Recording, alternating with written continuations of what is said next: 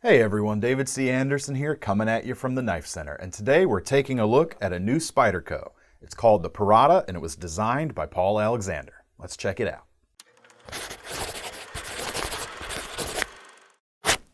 Now at first glance, this knife may look kind of familiar to the previously discontinued Ouroboros model, and there's a good reason for that. Both that model and the Parata were designed by Paul Alexander.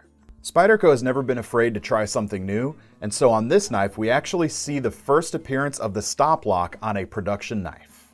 At a quick glance, you may think this is an Axis-style crossbar lock, but it's actually not.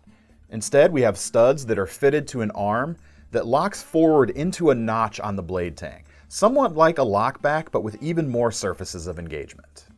But despite being mechanically different, we still get our favorite crossbar lock features. We have fully ambidextrous operation and the ability to keep your fingers out of the path of the blade, as well as flickable opening and closing action. Now in Latin, parata translates to prepared or ready, and with this big, broad blade, it certainly seems prepared for just about anything. More than anything else though, this is a straight-up skinning profile. It reminds me a lot of an Inuit ulu blade, just with the handle off to the side instead of on top. But those people use that style of blade for everything, not just for hunting. It could also handle food prep and general utility, and if you're looking for an unmistakable EDC, the Parata certainly makes a statement. Despite such a broad blade like this, it actually folds up pretty deceptively small when you go to carry it in your pocket, and it maintains the sort of oval look that the Ouroboros had before it. As far as blade materials, we get VG10 stainless, and it has a flat grind, and that sweeping profile is just meant for long slices.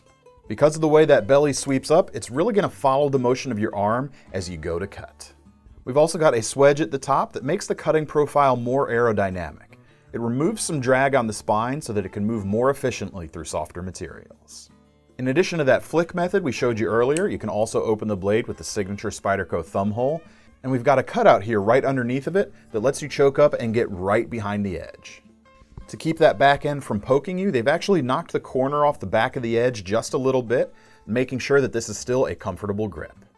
The handles are typical Spyderco black G10, linerless in this case, and they've got a bit of a texture for a firm grip.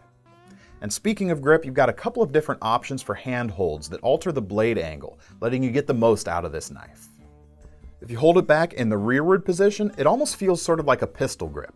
The blade points forward more naturally, and it lets you keep the point down while cutting. When choking up right behind the edge, it brings the tip higher up, and that really enables those long arcing motions that make it a dream slicer. On the back of the knife, we have a folded wire clip that makes the Parata fully ambidextrous, holds the knife in a tip-up configuration. We do have a little bit of the handle that still sticks up above the clip, so it's not completely deep carry, but we actually get a nice lanyard hole in that little section. And rather than just a pair of holes in the scales themselves, we actually get a nice metal tube. And that isolates your lanyard, and it's going to keep it from making accidental contact with the blade when you're closing the knife. If you're a lock junkie and like to collect a bunch of different mechanisms, or if you like unusual shapes, then it's a no-brainer to pick up this knife.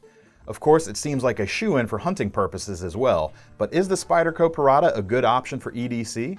Be sure to let us know what you think of that down in the comments. And in the meantime, to get your hands on one, click the link in the description below to head over to KnifeCenter.com. We've also got a swedge at the top to make the cutting profile more aerodynamic.